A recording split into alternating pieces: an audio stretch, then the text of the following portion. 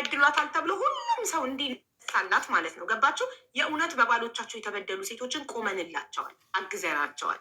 ይቺ ግን የውሸት ነው። እየተበደለ ያለው ልጁ ነው። ፖሊስ ይመሰክራል፣ የአካባቢ ሰው ይመሰክራል ብላለች ራሷም። አሁን እንዲህ ማደርገው እንዲህ ስለሆነ ነው። ኖ ሁልጊዜ ማለት ማን ነው ሀቡ በዚህ ሰዓት ባጃጅ እየሰራ 3,000 ብር የእውነት ለማወቅ ማለት ነው። ልጁ ጎበዝ መሆኑ የምታውቂው ከእሷ ጋር ተጣልቶ 3,000 ብር የቤት ኪራይ ከፍሎ ቁጭ አድርጓት አስበሻል። ወላሂ የፈለገ ነገር ሌላ ነገር እሱን እየተከተለች ለልመና መምጣቷ ራሷን ማውጣች። በቃ እቺ በናሽ እንትን ናት እንጂ አስበሻል። 3,000 ብር በባጃጅ አቅም ባጃጅ ስንት ብር እንደሚሰራ በቀን አስቢ። 3,000 ብር ደግሞ ልጁ እውነተኛ መሆኑ የምታውቂው ሄደን የተከራየንባት ቤት ድረስ እንጠይቅ ብሏል። ፖሊሶች ይመሰክራል። 3,000 ብር እንዴት ነው አስበሻል? ወላሂ ባጃጅ ብዙም የለውም ሀቡን የሚሰራ ሰው ስለማቅ ነው። 300 ብር 400 ብር ማጠራቅሞ የቤት ኪራይ ከፍሎላት የቤት ኪራይ ስንት አለ እንትን ያለው መንገድ ላይ የሚጥላቸው ስንት አለ ወልደው ጎዳና ተዳዳሪ የሚሆኑት አልከፈለም ካለች ስትጠይቅ አንድ ሰው ሀቅ ካለው ሚዲያ ላይ ናት አለ ዝግዝግ አድርጋ ነበር የምትናገረው። ዝግዝግ አድርጋ ይኸውልሽ፣ እኔ ውሸታምነቷን ያወቅኩት ገና ልጁ ማስረጃዎቹን ፎቶቹን ሳያወጣ ቴክስት ሳይወጣ ገና እሱ ሲመጣ አልናገርም። ለምን ጠራችሁት? ለምን ስትል እንዴ አንቺ እኮ የበደለሽን ሰው እኮ አምጡት፣ አጋፍጡኝ፣ አገናኙኝ ነው የምትይው እንጂ ሲመጣ ድንግጥ ብላ አልፈልግም ማናገር አልፈልግም ምናምን አለች። እንደዚህ የሚያደርጉ ማኒፑሌተር ናቸው፣ ናርሲስቲክ ናቸው። እንደዚህ አይነት ሰዎች እነሱ ይበድሏችሁና እነሱ ይረግጧችሁና ከዛ አደባባይ ወጥተው እነሱ ተበዳይ መምሰል ይፈልጋሉ። ገባችሁ?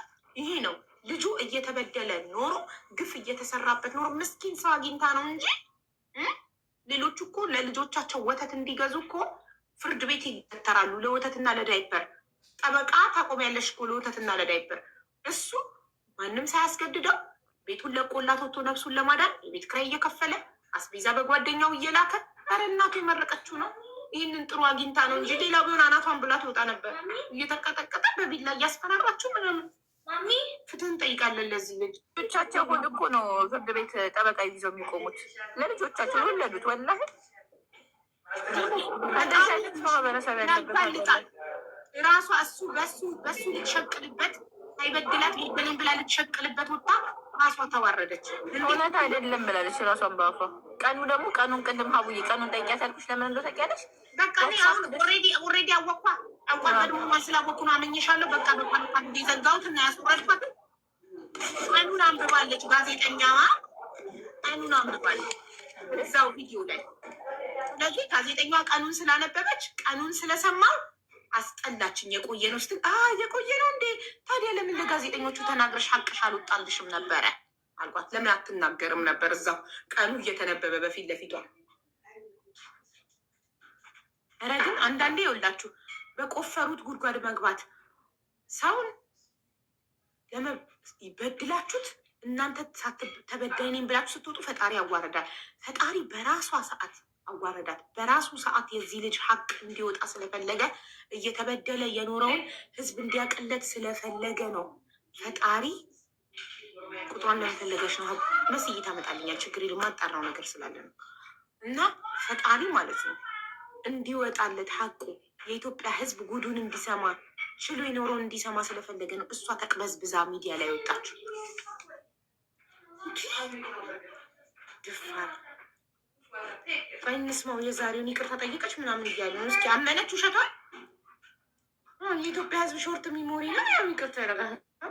ይቅርታ ህፃኗ እና እናቷ ያሉበት ሁኔታ በወሎ 100% ውሸት። ኦኬ ቱዋሬጎ 2 ሰዓቱ ነው ከተለቀቀ።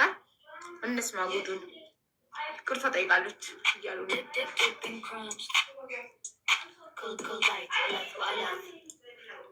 أعراض نزلات البرد والإنفلونزا بسبب اضطراب النوم أنا دور كول المفروض يساعد في تخفيف. نسرع لبي بقى شو ماري مثلا. ዘብቻ አይደለም ሰው በጣም ርቦኛል። እኔ ሰው ታውቃለህ ቤተሰብ የሆነ ማለት ነው። አለቀሱ ቪዲዮን ሳይ እንዲህ እንደዚህ ያህል ማን ነው በቃ እኔ አብሬያት እንዳልኖርኩ ራሱ ነው ያሰብኩት። ማለት በዚህ ያህል ክፋት ለምን መሄድ ያስፈለገ? አዎ እናቱን በተለይ ማለት ነው ምንም እነሱ ምንም ያውቁት ነገር የለም። በጣም ትልቅ ሰዎች ናቸው። አግባብ አልሰራውም የሰራው ስራ ማለት ነው። አራስ 2 ሆድ ነው ያላት፣ ሚርባትም 2 ነው። ያ ረሃብ ደግሞ አስዋሽቷታል ብዬ ይረዳለሁ። ልጄን ቀምተውኝ ጨለማ ነው ከሌሊቱ ምናምን ላይ በቃ ራቁቴን መድኃኒት ጠጣው ትጠጣና ትሞት ይለይላታሉ። በረኪና